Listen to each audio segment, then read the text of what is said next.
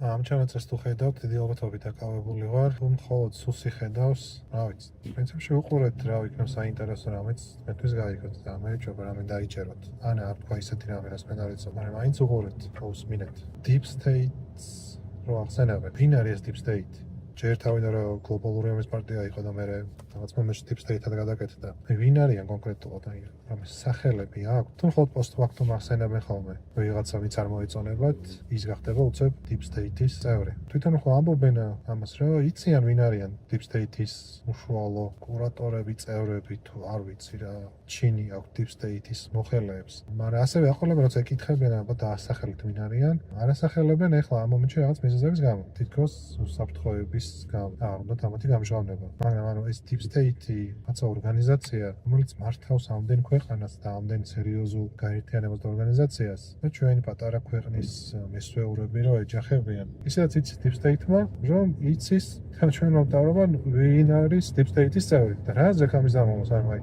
რა სიძლევა ამის დამავალ. არჯობია რომ გააჟღერონ და იქნებ ვიღაცებმა ამითი უფრო თავი დაიზღვიან. არ იცის ვიღაცამ და შემთხვევით Deep State-ს გადაიყრება და რომ გაემჟღავნებინა ჩვენ მთავრობას ვინ არის Deep State-ის წევრი, მე ამ რისკს აერიდებოდა თავიდან, რა? რატო არ ამჟღავნებენ? მეორე მხარეს ვინც არის, მეორე ბოროტი ძალა ვინც არის? იქ ხო ყველასთვის ცხადია, ყველასთვის ცალსახარი. ხო ვიცით ვინ არის რუსეთის მმართველი. ხო ვიცით რეალური ბოროტი ძალა ვინ არის? რომ Deep State-ი ბოროტი ძალა იყოს, ის მეორე, ამიტომ ის მეორე ძალა რუსეთი აღარ გახდება ბოროტი ძალა? ნუ ამიტომ ოკუპირებული არ იქნება ჩვენი ტერიტორიები, ამიტომ არ იქნებიან მკვლელები რუსეთის ჯარისკაცები, რომლებიც ხოცავენ ახლა ამ მომენტში უკრაინელებს. და რომლებსაც დაუხოცავთ არაერთი საქართველოს მოქალაქე. აი მათზე რატო არა საერთოდ? ისინი აღარ არიან ბოროტება? მორჩა Deep State-ი რადგან არსებობს, მორჩა რუსეთის ბოროტება, რუსეთის ბოროტებას სცენება არ ჭირდება. პრობლემებს ისინი რა ქმნიან, რუსეთი არ ქმნის პრობლემას. ამის მიზეზად თუ იმას ასახელებენ, რომ რუსეთი არ გავაღიზიანებთ. Deep State-ს რატო აღიზიანებთ? Deep State-ი მუდმივად მათ სცენებაში ვარ და არ არის რეალურად ეგეთი საშიშროება, როგორც რუსეთი. მათი სცენება შეიძლება, Deep State-ის მუდმივი სცენება შეიძლება და რუსეთის სცენება არ შეიძლება, იმიტომ რომ საშიშები არიან. ან ესე იგი რეალურად Deep State-ზე უფრო საშიში რუსეთია? მაშინ არ არის ლოგიკური, რომ რუსეთისგან უფრო უნდა ვეცადოთ თავის დაცვა, ვიდრე Deep State-ისგან. Deep State-ს პირდაპირ ეჯახებიან ის საფრთხე, რომელიც შეიძლება Deep State-დან წამოვიდეს, როგორც თვითონ ეს რეჟიმი ქართული ოცნება აცხადებს, რომ ომი არ დაიწყოს. ესე პირდაპირ დაჯახება ხო შანსი არის და ხო რისკი უზდის იმისი, რომ ომი დაიწყოს. იმიტომ რომ პირდაპირ თუ არ დავეჯახებით, მაშინ ხო ნაკლები მოთხოვნა ექნება Deep State-ს საქართველოს მთავრობის მიმართ. ხო უფრო მათიანად ჩათვლის საქართველოს მთავრობას და უფრო ნაკლები რისკი ხო იქნება იმისი თითქოს, რომ აი ეს თვითონ გარეძალები არ გააქტიუროს. თუ ეს საფრთხე არსებობს და ამ საფრთხეს პირდაპირ ეჯახებიან, მაშინ რუსეთისგან რატო იკავებენ თავს, ანუ რატო არ ამბობენ პირდაპირ რუსეთი რას წარმოადგენს? და ეს საფრთხე თუ არსებობს Deep State-დან დაჯახების წერტილი რა არის? რუსეთთან დაჯახება არ არის? და რუსეთთან დაჯახება თუ არის Deep State-ის მთავარი გათვლა? ანუ მარტო Deep State-ი არის ცუდი? რუსეთი, რომელთანაც როგორც ესენი ამბობენ, ომი შეიძლება მასთან გამოიწვიოს ქართული ოცნების წინააღმდეგ წასვლა. რუსეთი ამ შემთხვევაში არ არის მონაწილე?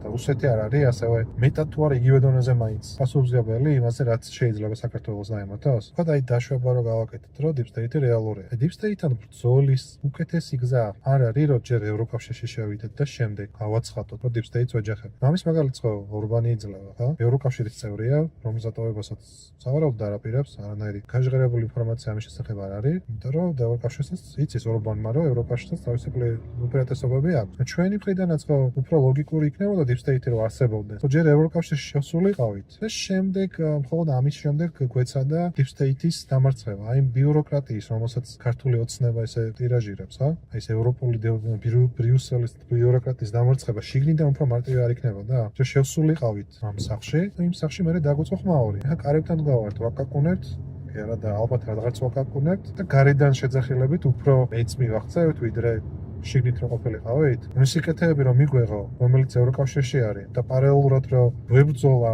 ამ ვითომ ბრიუსელის ბიუროკრატიასთან, უფრო ლოგიკური არ იქნებოდა? ანუ ესე ჰაერში რატო ვებრძვით? რა აზრი აქვს ახლა საქართველოს ბრძოლას ბრიუსელის ვითომ ბიუროკრატიასთან? რა სიძლევა? შეიცვალა რამე საქართველოს რამე ქმედება, რამ გაუმჯობესა ბრიუსელის ბიუროკრატია? არა, რა თქმა უნდა. ეს იმიტომ ხდება, რომ არასებობს არანაირი deep state. არის უბრალოდ პროპაგანდა. თქმა უნდა, ყველამ ვიცით. მათაც იციან, რა თქმა უნდა. და მათი გათვლა დიდი ალბათობით deep state-ის არსებობის დაწუნებაში კი არ არის. უბრალოდ არის რაღაცა, რომელსაც ჩვენ თავს დაუმეორებთ ალბათ, რომ ევროკავშირზე თუ საბოლოოდ უარის მოგვიწია, რომ აი ეგეთ მოცემულობამდე რომ მივალთ, უბრალოდ თავი რომ გავიმართოთ. თავი რომ მოვიტყუოთ, რომ ევროკავშირში გან იმიტომ არ შევედით, რომ რუსეთის მარიონეტი ქვეყანა ყავს. არამედ იმიტომ, რომ იქ მაინც სრული deep state-ი მართავს. რაც ყველას გვეცოდინება, რომ არ არის რეალური. ევროკავშირში ყოფნას რამდენი სიკეთე მოაქვს. არის რაღაცები, რაც შეიძლება არ მოგწონდეს. შეიძლება ბევრს არ მოსწონდეს. თუმცა ამასთან ბრძოლა აუცილებლად არ ნიშნავს, რომ სიკეთეები უნდა დავთმოთ. არის ძალიან ბევრი წევრი ევროკავშირის, რომელიც თავის პოლიტიკას ისე მართავს, როგორც თვითონ მიაჩნია სწორად. ყველაფერი, რაც ევროკავშირში ერთ ქვეყანაში არის მიღებული, ყველასთვის ერთი და იგივე არა. არის ლავირების საშუალება, რომ შეცვალო ბევრი რამ. შევიდეთ ევროკავშირში, არ შევეწინააღმდეგოთ შესვლას. მე ვცადოთ გაუმჯობესება იმ საკითხების, რომელიც არ მოგვწონს ევროკავშირში. თუმცა რა თქმა უნდა, ამის საშუალებას ქართული ოცნება არ იძლევა, რომ მათ არ უნდა ჩვენ ევროკავშირში შევიდეთ. იმიტომ რომ არ უნდა რუსეთს ჩვენ ქვეყანა ევროკავშირში იყოს. და არა იმიტომ, რომ ეს ევროკავშირი დამატებით სამხედრო საფრთხეს უქმნის და არა იმიტომ, რომ ვიღაცა იმის გამო მხოლოდ ევროკავშირში ომის დაწყებას აპირებს. არამედ იმიტომ, რომ არ უნდა, რომ არც რუსეთს და არც ესეთ ავტოკრატიულ მთავრობას რომ განვითარდეთ. არ უნდათ, რომ ნახონ ჩამოვიდნენ მათი მოქალაქეები, რუსეთის მოქალაქეები და ნახონ, რომ ამ ქვეყანაში ცხოვრება წინ მიდის და დიდი პროგრესი არის. და ეს იმის ხარჯზე ხდება, რომ ჩვენ ქვეყანაში არის თავისუფლება. რომ ვართ ევროკავშირის წევრი. უნდათ მხოლოდ ამითი, რომ თავის მოქალაქეებს არიდონ ის კეთილდღეობა, ან უფრო არიდონ ამ კეთილდღეობის ნახვის საშუალება, რომელსაც ევროკავშირი იძლევა, რომ მსგავსი მოთხოვნები არ გაჩნდეს რუსეთში. და ავტოკრატიულ რეჟიმსაც უბრალოდ ეგევე. ავტოკრატიული რეჟიმის მუდმივი მმართველობა არ არის თავსებადი არანაირად ევროკავშირთან. ეს იციან ძალიან კარგად და ურჩევნიათ, რომ ქვეყნის მომავალი დათმონ და საკუთარი ჯიბეები ან გაისკელონ, ან საკუთარი ფსევდო მომავალი ქონდა განაღდებული, რომელიც რა თქმა უნდა ფიქრობ, რომ ბევრ ამ ოცნების წევრს არანაირ სარგებელს არ აძლევს.